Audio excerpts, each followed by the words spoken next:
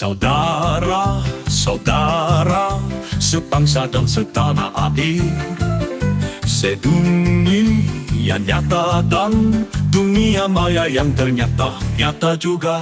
Kini diri mengenang saya, pernyataan bebas yang dijamin konstitusi. Kalau beda jangan baper, kalau baper jangan sama, kalau sama jangan beda. Karena kita tidak membela. Politikus paling beruntung di abad ini barangkali adalah Prabowo Subianto.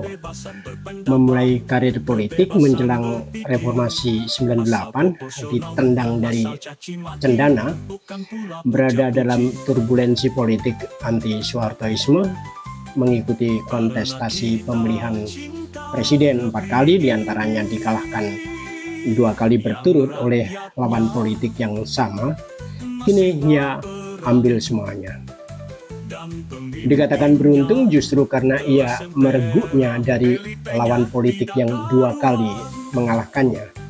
Entah karena dorongan siapa dan kepentingan apa, dalam kontestasi 2024 ia pun terpilih menjadi pemenang dalam pemilihan presiden. Ia presiden. Dan di tengah kontroversi, perlahan beberapa orang berubah sudut pandang, menempatkan Prabowo sebagai jawaban terbaik untuk menyudahi kekuasaan presiden sebelumnya. Presiden sebelumnya memulai dari masuk ke gorong-gorong, perlahan kembali, kata beberapa orang, masuk ke gorong-gorong pula. Ada banyak yang memuja, tapi ada banyak pula yang tidak memujanya, bahkan mengejek. Sebuah cerita yang lain dari yang lain tentang legasi kepemimpinan yang tampak tidak sederhana, untuk tidak menyebut penuh rekayasa.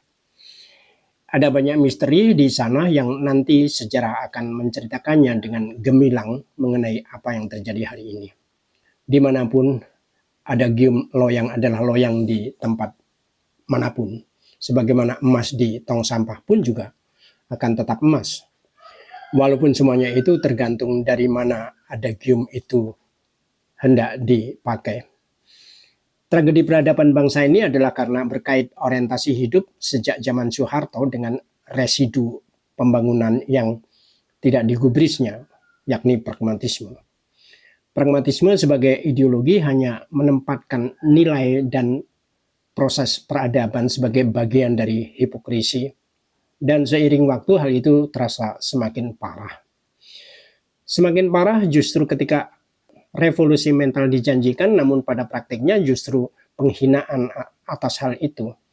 Proses demokratisasi di negeri ini berhenti hanya sebagai praksis politik kekuasaan.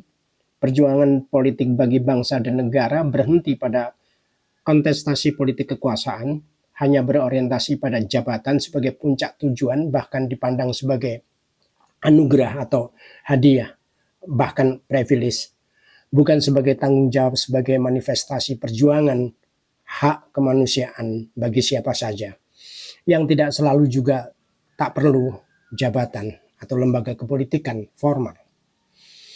Dalam bahasa keseharian di medsos, rakyat diadu domba dan teradu domba, padahal belum tentu sama-sama mengerti apa yang dibincangkannya, juga kepentingannya.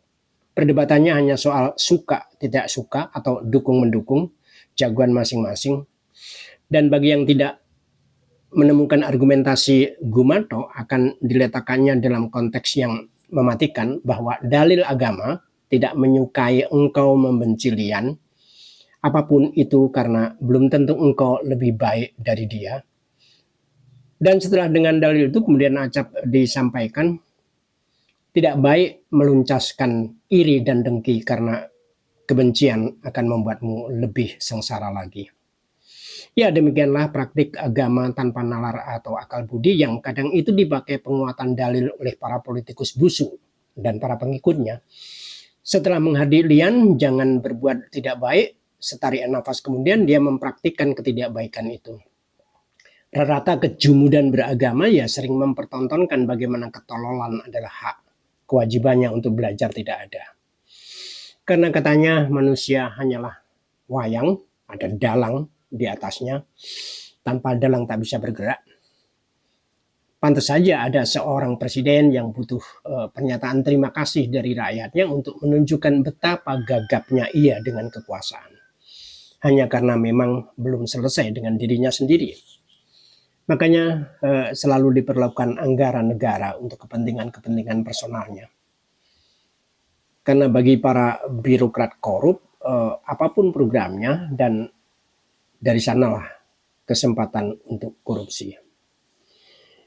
Dalam situasi kepolitikan semacam itu, mengusahakan kabinet 100 menteri atau bahkan dengan kabinet second alias kabinet bekas sebagai tesis keberlanjutan, tujuan Indonesia emas tetap saja membuat kita cemas.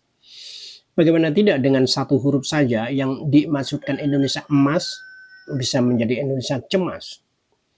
Apalagi ketika proses demokratisasi tidak berjalan. Bukannya menjadikan rakyat jelantah melek politik, melainkan makin buta huruf politik. Karena isinya cuma suka dan tidak suka, cinta dan benci, dukung-mendukung, tuding-menuding. Hanya soal siapa, tapi tidak pernah menyentuh soal apa. Bahkan orang-orang yang mencoba netral, proporsional, dan berjarak bisa diserbu buzzer dan influencer dengan diksi sesuai karakter mereka. Orang-orang yang melihat manifestasi perjuangan adalah kekuasaan, mereka berharap kecipratan kuasa dan duit dari hal itu.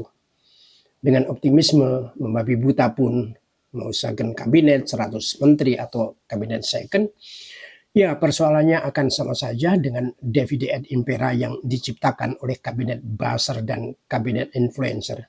Yang semuanya itu tak lebih karena soal literasi yang memang masih rendah untuk tingkat berbangsa dan bernegara yang demokratis dan partisipatif. Hanya karena tak bisa beda pendapat dan tak mampu mendengarkan lian, maunya Republik Onani Indonesia. Kalau beda jangan baper, kalau baper jangan sama, kalau sama jangan beda. Karena kita tidak membela si apa, atau si api juga si apu. Kita membela kebebasan berpendapat, kebebasan berpikir. Asal proporsional, bukan asal caci maki, bukan pula puja-puji. Karena kita cinta negeri ini, yang rakyatnya masih baperan, dan pemimpinnya kelas emperan, elitenya tidak karuan.